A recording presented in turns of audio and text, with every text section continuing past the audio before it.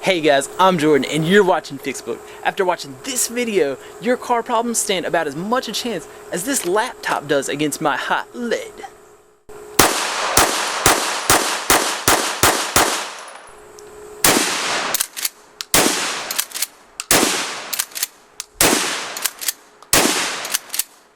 Now, make sure you stay tuned so you can see what happened to the laptop at the end of this video. And as always, don't forget to subscribe, like, and leave a comment down below. So today I'm going to be showing you how to replace your rear speakers in your 96 through 2000 Honda Civic. For today's project, I used a flathead screwdriver and a skinny tip flathead screwdriver, a Phillips head screwdriver, and then this S-looking like Phillips head screwdriver. So the first thing we'll want to do is locate your rear speaker, which is sitting in the rear of your car. Close up. The next thing I'm going to do before I go any further is I'm going to reach under here and real quick I'm just going to disconnect that wire right there. And so I'm doing this without the camera stand. So you're just going to squeeze and pull, and you can see I just squeezed that electrical connector and pulled, and I've disconnected my speaker wire. Alright guys, now our next challenge is removing this cover right here. And I can't promise that you won't break any of the plastic clips coming off here. It's just kind of inevitable, and I can't promise you're not going to scratch this up unless you want to take like some kind of rag and use the flathead with the rag. So what I'm going to do is I'm just going to kind of puncture this thing right here, and I'm going to lift up. And mine lifts up easy because I've already taken mine off.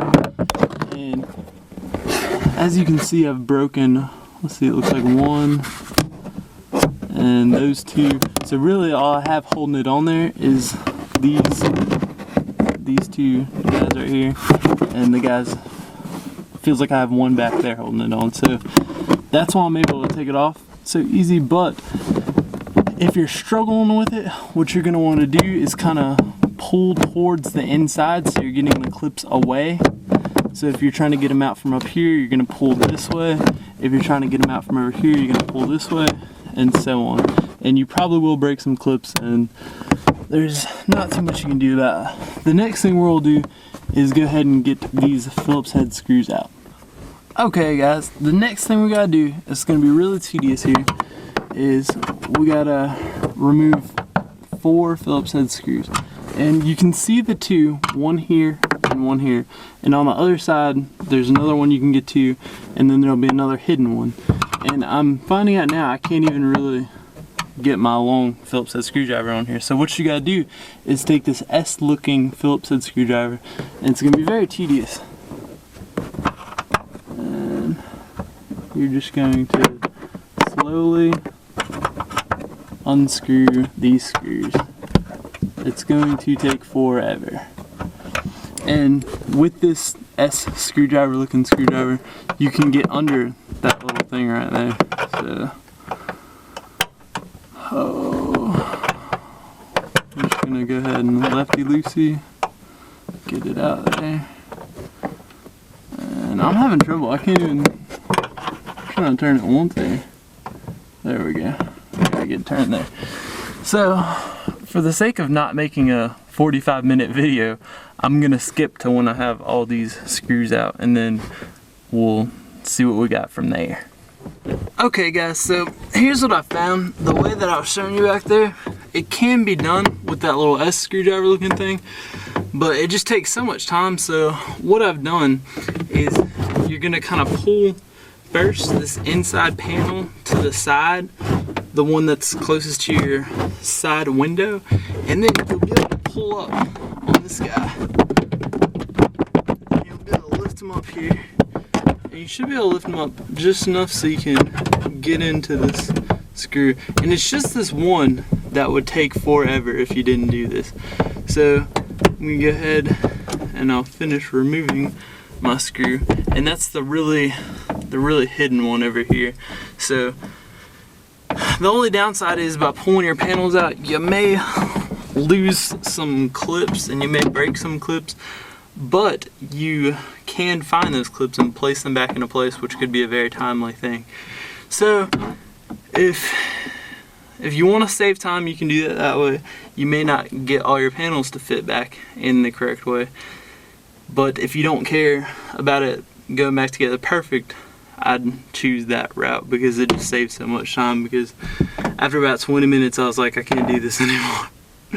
So I'll go ahead and get the rest of these screws out and then show you what it looks like coming out.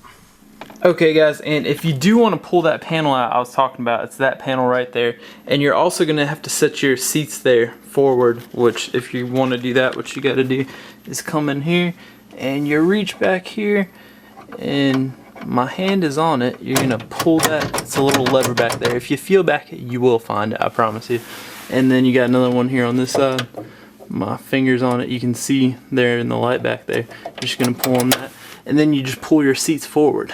So once you've done that, let's see, I'll come over here now, and you can see this is that panel I was talking about. You just kind of want to pull it to the side, and then you'll pull that plastic panel up so you can get the screwdriver down to get that last screw. Okay guys, so I finally got all my screws out, and what you're going to do is you'll just go ahead and pick up on it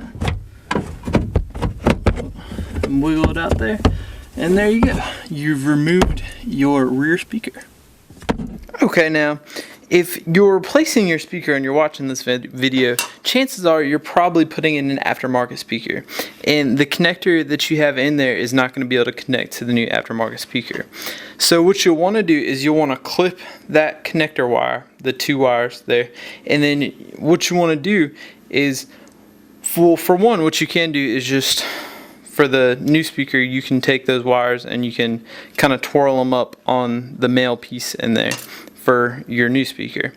Or what you can do, which looks a lot better, and it's better for when you go to remove it again, and it looks a whole lot better, it feels a whole lot better. So you should really put a female connector on the end of that wire, and what you'll do, you can find it in your auto parts store, is you'll take your female connector and stick that wire in after you've stripped a little bit of the rubber off or the plastic off, and then you'll crimp it down, and then you'll have a female connector on this side. So on your new aftermarket speaker, you'll just be able to slip it on the male part. So you can do that for both sides, and then if you ever want to take them out, you can just pull it back off, and then you also won't have any connection issues with if you just twirl it on there.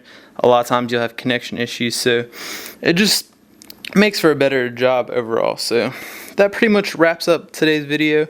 When you go to put everything back together, you just do it the reverse of how you saw me take it out, and that plastic cover that goes over this just kind of snaps back in. So I thank y'all for watching, and I'll see you next time.